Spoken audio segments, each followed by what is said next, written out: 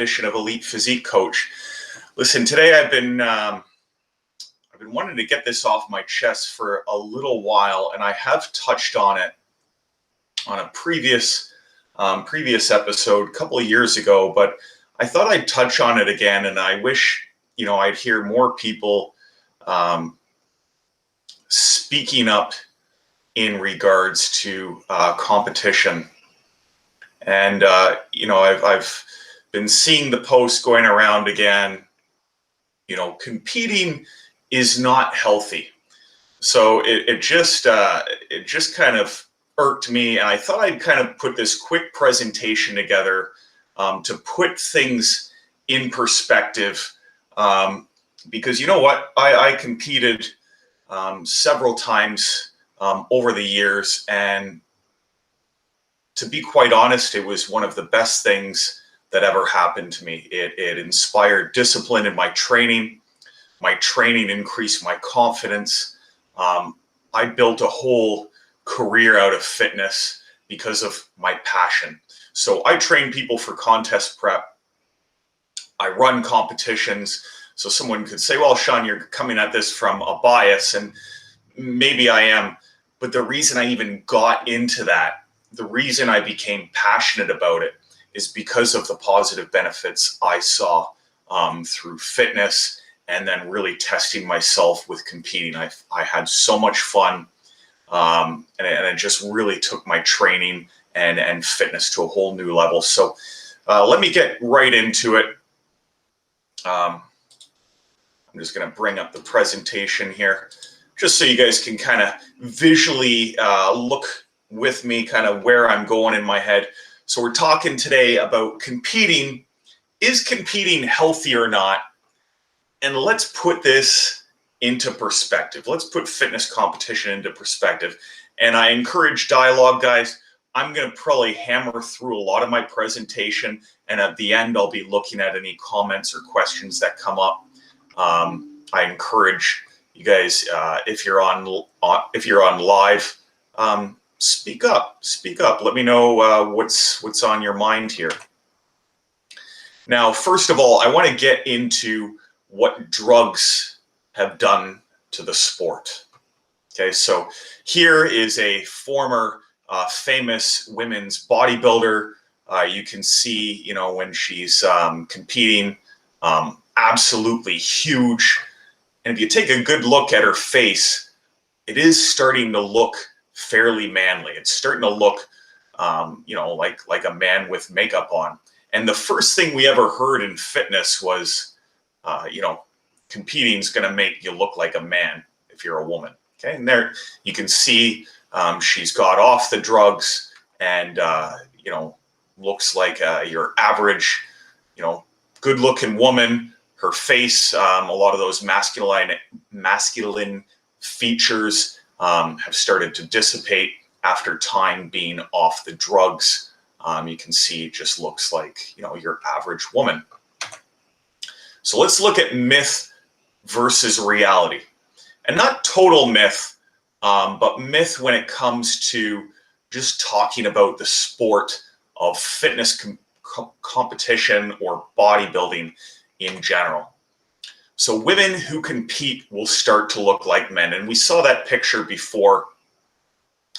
So a lot of these conceptions have come out of, unfortunately, the IFBB represents the sport to a lot of people. They've managed, because they've been around a long time, they've managed to control the narrative of the sport. And that's where you're hearing a lot of these statements come out that are not necessarily true about a true representation of the sport. And what I mean by a true representation of the sport is you pushing your body, not using a bunch of drugs to push your body. Okay, so women who compete will start to look like men. That's something that came up since the 70s, the 80s, when you started seeing the women get really big. Like they were as big as men. And at one point, you saw the picture there before, Kim Chizevsky. She got bigger much bigger than an average man, and her face started to transform. But that's only because of injecting male hormone and taking, in addition, anti-estrogen. So these women are literally manipulating their hormones to become men. So that's why they look like men. The drugs do it, not the sport. Okay? Competing can ruin your metabolism and create adrenal fatigue. So I see this excuse being used by all kinds of competitors that decide, you know, I'm going to pig out after my show and I'm going to live a shit lifestyle. And they blame it on, you know, the fact they dieted so hard and ruined their metabolism. And we're going to talk a little bit more about that as we go on. But it's absolutely not the case if you're just dieting. Okay, so if you're dieting, you can diet to pretty hard extremes, and your body is an adaptive machine that will get back on track. Now, it's absolutely impossible to do it with just diet. I don't care what anybody says. You won't find a reputable study that says you're going to burn out your metabolism permanently by, you know, dieting for a show. Okay, it's impossible.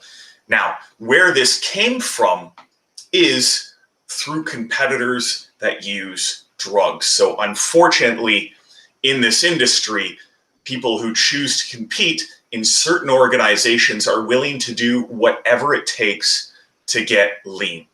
Okay, so that includes using thyroid drugs. Your thyroid does secrete thyroid hormone, which does control your metabolism. Okay, so consider this. Your body always tries to remain in homeostasis. It tries to remain the same. So when you've got it to a certain point for a long enough time, it tries to set itself at that point.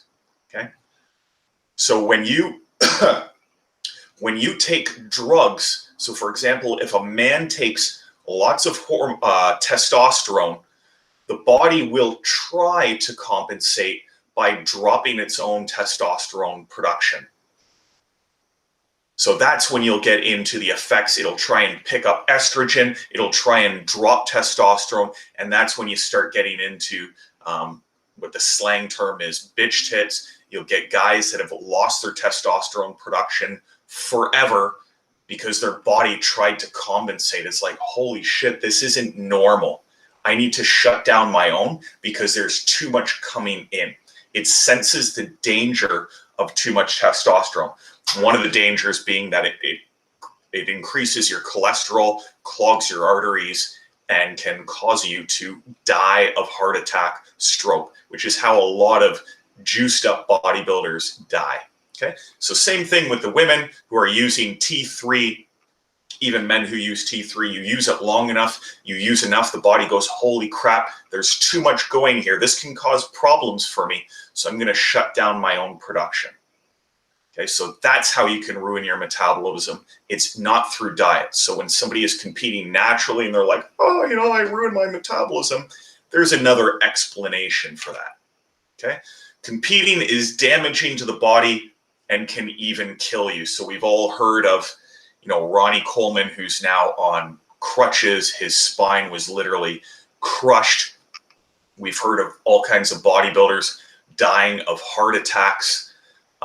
You know, we've heard of the women who, you know, they bloat, they gain weight, and they're basically finished off.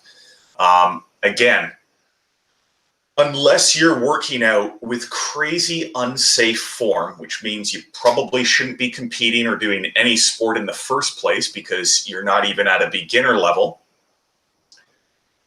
or unless you have underlying health conditions. So perhaps somebody, you know, some people, they've done a sport and they've literally died, you know, playing a game of football or a game of hockey, and later the doctor finds a hole in their heart. So that would be, you know, that would be an underlying health condition. But outside of that, you are not going to die. You know, Ronnie Coleman is now basically, you know, walking on crutches. I had 5 billion spinal surgeries because he was using so many drugs And again, the body is now far stronger than it's supposed to be. So even though the muscles can lift a certain weight, the bones don't respond to steroids. So they're literally crushing under the weight he's lifting. And then again, we've got the bodybuilders dying because plaques are forming in their hearts, because too much steroids, too much testosterone is creating cholesterol deposits in their bloodstream. And then it starts to plaque in their arteries, veins, all that kind of stuff. So the drugs have given this myth that people are using to apply to the sport. Okay, but this is what you apply to the drugs, not to the sport. Okay, so we're looking at the competitors here. Just an example, unrealistic body image. A lot of people are saying, this sport really promotes an unrealistic body image. And some people might look at, these two competitors here and might say, yeah, no, that's not unrealistic at all. And some people might say, nah, that's really unrealistic. I want you to consider this. Saying that these are competitors competing at a high level. I want you to consider this. Saying that body image is unrealistic is the same as saying Usain Bolt is setting an unrealistic expectation of how fast someone should run. I'm a fast runner. When I race, most people, especially when I was younger and lighter, now I'm a little bit more bulked up, so it's slowed me down. But when I was younger and lighter, I was a very fast runner. Okay, so I would beat most normal people that I would meet. But I guarantee you, if I was to meet Usain Bolt or anybody in his league, they would blow me off the face of the map. And if I was to cry about it and say, you're setting an unrealistic, expectation of how fast you should run, well, get over it. That's the sport. So when you're trying to get to the highest levels of any sport, those people are setting unrealistic expectations for the average person. Ronaldo is setting an unrealistic expectation of how fast or how well a human should be able to play soccer. Okay. Barry Bonds in his day, well, Barry Bonds was on drugs, but most MLB players, even of today, are setting unrealistic expectations of how far you should hit a ball. Okay, so this is not an unrealistic body image. These are people competing at the highest level in their sport. And we say, I'm not lean enough? Like, you're telling me I'm not lean enough when I compete? That's horrible. Again, imagine me whining about Usain Bolt. Like, I'm not fast enough to be able to run with you guys? That's horrible. No, you compete at whatever level is suitable for you. And to get to the next level, you need to be that much better. This is the game with any sport. When I play football, if I'm playing an average person in football, I'll run the person over. I will absolutely run the person over. I can run through them. They can try and tackle me. It's just not going to happen. I've got a background in boxing. If I was to box 95% of the population, I would beat the crap out of them in the ring. But guess what? Then I go to the next level. Okay, so I've gone to provincial championships where in one round I got dropped and it was over. Okay, and then you go to the nationals, and then you go to the Olympic level. Each time you step up, you either need to put up or shut up. Okay, so if I say, well, look how good I am. Look how many people I can beat. I can walk into any room and beat the average person in boxing. So it's unfair that I can't compete at this level because I'm not good enough. No, that's just what it takes to get to the next level. Every sport is the same. It has tiers, and every tier demands a new level for you. Okay, so you need to be realistic with yourself. Where do you fit in? Because if you want to compete with novices, maybe you are lean enough.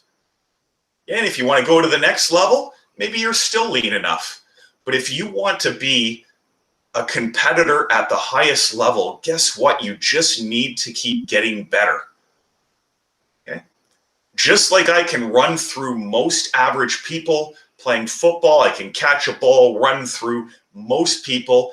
At some point, I'm going to get to, the CFL or something. And if I was to try and play any of those guys, they would just run me over like I was a child. Okay? I don't whine about it. I just stay in my lane then. And I can either try and get as good as they are, or I stay in my lane. Okay? Then the other people are talking about, how bad competing is for you. You starve yourself. You're doing all of this bad stuff to yourself. So I want everybody to put this in perspective. I'm giving the average person credit here. So most people watching me have some interest in health. Those who might, somebody from the outskirts of Indiana, or the country, the hick town of Texas. What I'm publishing right here is what the average person eats. I can guarantee I'm giving the average person a lot of credit. So if we look at what the average person eats, they're having a bowl of cereal and a coffee in the morning. Now, for a lot of people, they have a Tim Hortons and a cigarette. Okay, but I'm giving them credit. Let's say they have a bowl of cereal and coffee. Then they have Astro yogurt and a bagel. Most people, meal 2 is going to be a coffee, but I'm going to give them credit. Okay, so now we've looked at a bowl of cereal, Astro yogurt, which is full of sugar, and bagel, which is full of carbs. And we're looking so far at 2 meals that are almost 100% carbs, completely out of whack. Then we're going to give people credit and say they have a sandwich. Now you might go, oh, Sean, that's bullshit. I pack my lunch. I pack chicken. I have salad. I want you to think of most people. What are most people eating? Sandwich, couple slices of white bread. Okay, Wonder wouldn't be so popular if most people weren't eating white bread. Processed meat, cheese. Maybe they're having a candy bar, chips, muffin with it. Meal 4, restaurant takeout for dinner. Especially during the pandemic, people getting restaurant takeout. You don't even know what's in that stuff. You don't know. Want to make a bet on how many people are eating that and what the average person is doing? Just look at all these skip the dishes, Uber Eats. This is what people are eating. And then, of course, the Netflix snack of cookies, ice cream, chips, popcorn. Now, here's what people are telling. Here's what you'll hear some former competitors saying is unhealthy and unrealistic and encouraging bad eating and contributing to bad, metabolism. So let's look at Beth. Beth is an average competitor. Beth is starting her meal plan off. She's about 150 pounds. Okay, we're giving her a diet to start, 1,800 calories, so it's pretty low calorie. And we'll adjust Beth's calorie count as the results kick in and we need to. But we're looking at what Beth is eating. She's eating egg whites. She's eating a whole egg, which is giving her a little bit of fat. She's eating oatmeal, giving her some healthy carbs. She's eating blueberries and a teaspoon of hemp hearts for fats and fiber. She's eating tuna, rice, olive oil, cauliflower. We've got fruits and vegetables in there. Let's look at where the fruits and vegetables are in the average diet. They're almost non-existent, which is why you keep hearing dietitians say, please eat your fruits and vegetables, 5 to 10 servings a day. Please eat your fruits and vegetables, 5 to 10 servings a day. So you can see Beth is eating her fruits. She's eating her vegetables. You can see meal 4, she's having broccoli. You can see meal 5, she's having yams. Healthy proteins, healthy fats, and this is what a competitor should eat. This is what I have all my competitors eat. So any female competitor I've trained with probably recognizes this meal plan. It's some variation of this. And stuff changes, but this, it would be probably a 12 to 14 weeks. Everybody is eating something close to this. Okay, and then as it gets closer, it individualizes, and it never goes below 1,200 calories. Getting fruits, vegetables, healthy fat. But, I heard competitors cut their water. Isn't that bad? Well, competitors do cut water in some cases. They cut water when they're extremely lean and they're trying to just pull the skin as close to their muscle as possible. Now, some people have no idea what they're doing and they think cutting water is meant to get leaner. No, it's meant to just pull skin a little bit tighter. If you're holding fat, okay, and you're pulling your skin closer to fat, it's not going to make a difference. If you're super lean and you just have a thin layer of water over you, that's when you cut. So you get some people cutting ridiculous amounts of water, okay, trying to get leaner. That's not what it's supposed to do. Okay, so most people will cut water out entirely for about 1 day or 2 days. Now, I want these same people whining about cutting water to just think about how much of the world doesn't have clean water to drink daily. Your body is an adaptable machine. It can handle it. Now, if you're cutting your water for a week, maybe you've got a whole other issue that you don't know what you're doing. Okay? But if you're cutting water for a day or two, believe me, you're going to survive, and so is your body, and your body is going to get right back on track when you reintroduce water. Okay? Why would you bloat like crazy after drinking? Why have you heard of people's limbs and elbows and all that like barely mobile? Because they've drank water after a show? Is it because they cut water? No, it's typically because they've used drugs, okay, like a prescription diuretic. I heard that competitors lose their period. Isn't that bad? Yes, losing your period is not a good thing over a sustained period of time. That happens when the hormones get a little bit out of whack. So when females cut a certain amount of body fat, okay, so too much body fat puts hormones out of whack. So that's why you'll see overweight young girls starting to get their period as early as 9, maybe even 8. Okay, but too low a body fat can also stop hormones. Okay, but if you're competing right, competing is a peaking sport. Just like sprinting, just like boxing, okay, just like a lot of sports are peaking sports. You shouldn't be getting so lean that you lose your period until near the very end. And then you start to eat normally. So your period, either you've not even got to your cycle by the time you lose it, or that you were supposed to lose it, or maybe you go past one cycle where it didn't happen, and then it starts to happen again. It happens to gymnasts. It happens to a lot of athletes who are training hard that get low in body fat. And what we want to avoid is any sustained loss of your period, okay? But missing a cycle, having a cycle delayed, okay? The body, again, can adapt. Now, if it's doing more than that, if you're missing 3 cycles, again, you should analyze what you're doing. I know someone that lost their hair. My question is, what the hell were they doing? Why were they losing their hair? I read an article on the CBC where somebody's whining about losing their hair. Why the hell are you losing your hair? What mechanism, please explain the mechanism that would make you lose your hair. Only drugs can do that. Drugs can do that, okay? Severe, ridiculous dieting might do it over a sustained period of time. But again, maybe think about where you're coming from, where your level of education is. I know someone who claimed their digestive system shut down. Again, what the hell were they doing?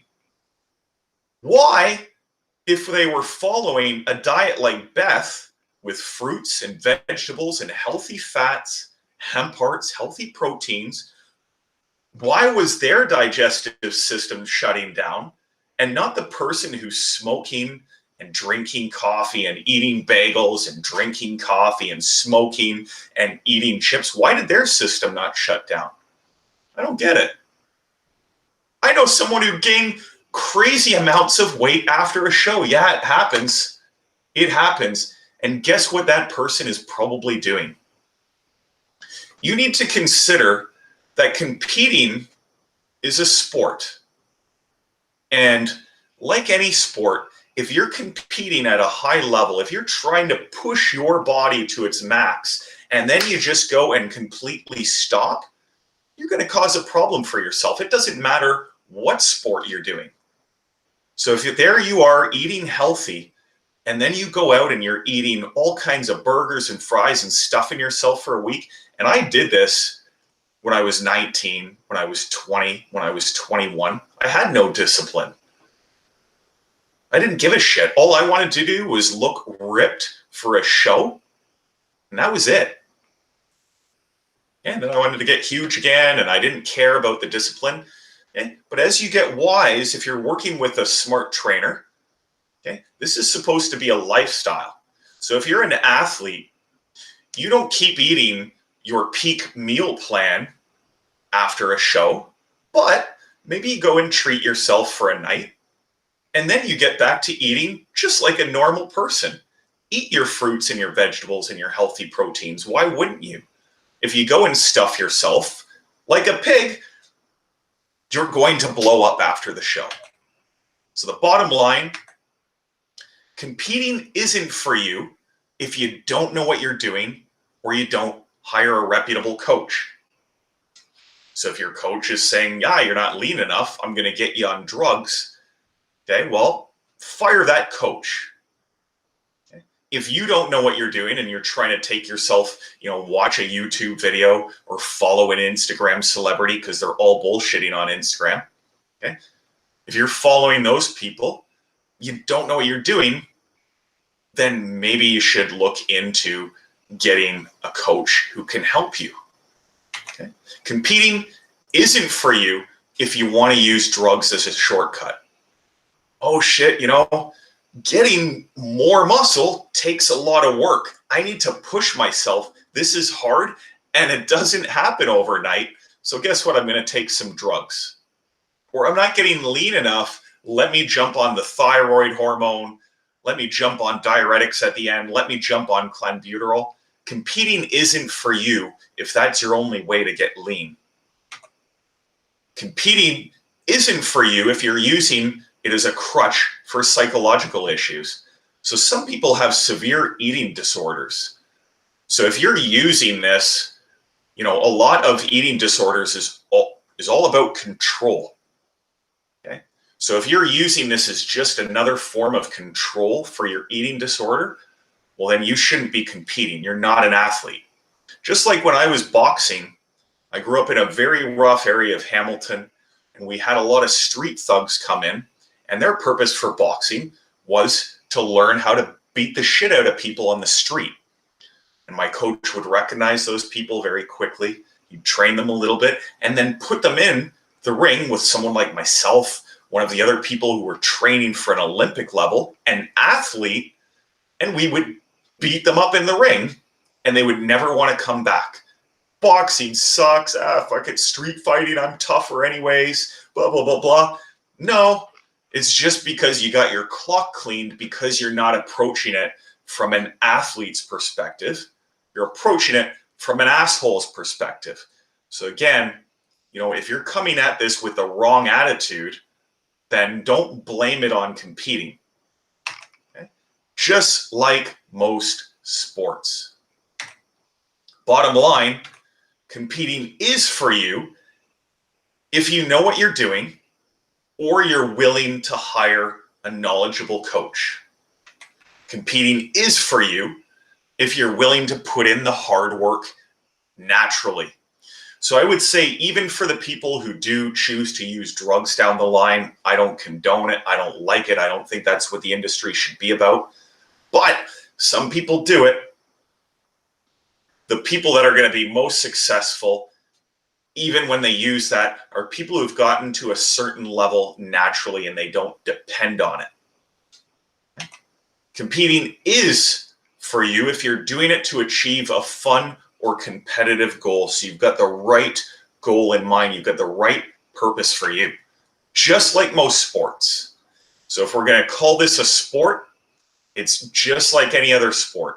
Now, just imagine someone saying this sport isn't healthy. Well, imagine a football player, playing the game of football. How many of them get concussions? How many of them blow out a knee? How many baseball players blow out a knee? How many of them tear a rotator cuff? How many hockey players blow out a knee? How many sprinters tear a hamstring? How many swimmers rip apart their rotator cuff? Whenever you're trying to compete, the harder you compete, the worse it is on your body. So is competing itself healthy? Well, competing in any sport, as you push yourself, as you get to the heights of what the human body can do, it gets less and less sustainable and healthy. That's why you peak for the sport. Okay? But the lifestyle of a competitor, the lifestyle of an athlete is very healthy. The people who do it right. Okay? So you look at the people who do it right. Look at Tom Brady, 43 years old. Nobody in football's history has been more meticulous about their diet and their training as someone like Tom Brady. Okay? And you can see longevity, health, lack of injury. Okay? So if you approach everything with a smart plan, okay, the lifestyle can be healthy. And you can't tell me someone like a Tom Brady in a sport where it can hurt you at the highest level, you can't tell me he's not in 10 times the condition of most 40-year-old men or most 20-year-old men for that matter. Okay, so consider this. You can choose to compete naturally. And if you compete naturally without drugs, guess what? You're about 10 steps ahead of the game. And when people are whining about their metabolism not working anymore, when people are whining about blowing up, most of the time you can attribute it, you can trace it back to drug use or stupidity. You can choose at what level you compete at. So like I said, I can whine about the standard that Usain Bolt sets for running. I can whine about the standard that Mike Tyson sets in boxing, or I can compete at my level, I can excel, and then I can try and move up to the next level. Okay? Keeping it smart, keeping it sustainable. So if your goal is to compete for fun, you're doing this as a bucket list, well, then you would compete with other novices. Okay? A lot of them have the same goals. You'll do very well. You're going to have fun. But if that's your mindset, hey, I'm just doing this for fun, and you try and compete against a pro, guess what? You're probably going to get clobbered, and then you're going to feel shitty. So if I box for fun, so at this point in my life, I love boxing. I like to be somewhat competitive, but I don't want to compete at the highest level, nor do I have the time to compete at the highest level. So I can compete with people at a certain level, and I can feel good, and I can be competitive, and I can hang in the middle of the pack or maybe the top of the pack. But as soon as I want to get to the next level, I either got to step it up and switch my attitude. I'm not doing this for fun anymore. I am doing this for competition, okay? Or I can whine. Okay? I can whine about it. Okay? Choose your battle. Okay? You can choose to have fun, or you can choose to compete hard. Just understand that you choose one or the other, and the higher you go, the more your goals should align. Be aware of your why and make sure it aligns with your life. So going back to my boxing example, if I say, you know what, here I am, Sean Everingham, I run a fitness organization, I train people, I love to do these internet broadcasts, it takes up most of my day doing all this kind of stuff, and I want to be a heavyweight champion. And then I try and step into the pro league and I get just blasted by the bottom level pros because I can't train that hard. Well, I can't bitch and whine about it. Okay. It doesn't align with my life. So if I'm going to work, I'm going to have a full-time career. Maybe I should look at doing this more for fun. I'm going to compete at a novice level. I'm doing it just to challenge myself.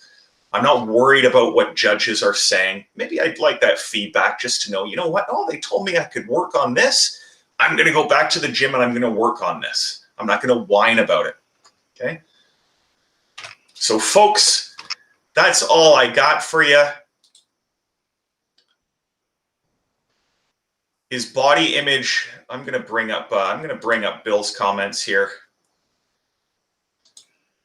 Is body image not a subjective opinion? Absolutely it is. Whether it's your own subjective opinion, whether it's that or the judges.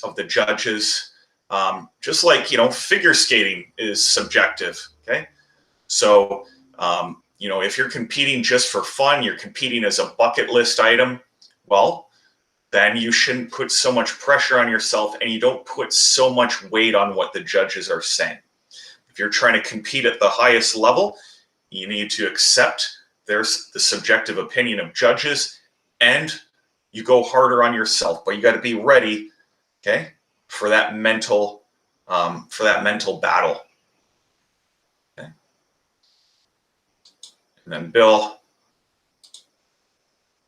the key is knowing what you're doing and then when to adjust the plan accordingly. Absolutely. Okay, guys, so I just want to put that in perspective. I could have gone on and on and on. I can dismantle every single argument, but I only have so much time. So thank you guys for listening. If you do have any questions, comments, whatever, just post them. Maybe I'll do another talk about this. I'll come back to it. But competing has done so much for me. I've seen the positive effects it's given to so many people, including a lot of clients that I've trained, people that I've seen come through UFE. So many positive effects, positive relationships, positive discipline, more confidence. Okay. So, but you got to go into any sport with the right mindset. You got to go in, you got to be realistic with yourself. Okay. There's no sport to blame. Okay. There's yourself to blame. Okay. So go in with a positive attitude, and competing should be an extremely positive experience. It should be an extremely healthy lifestyle. And if you're competing naturally, you're going to be way ahead of the game. Okay. We've seen 40, 50-year-olds. We've seen 70-year-olds competing. Geez, they're in the shape. Some 70-year-olds are in the shape that most 40-year-olds wish they could be. Okay? But these people over the years have learned to train hard, train smart, keep everything in perspective, stay mentally focused, and live a lifestyle. All right, and I'll leave you guys with that. Take care. I'll be away next week, and then I'll see you 2 weeks from now. Peace.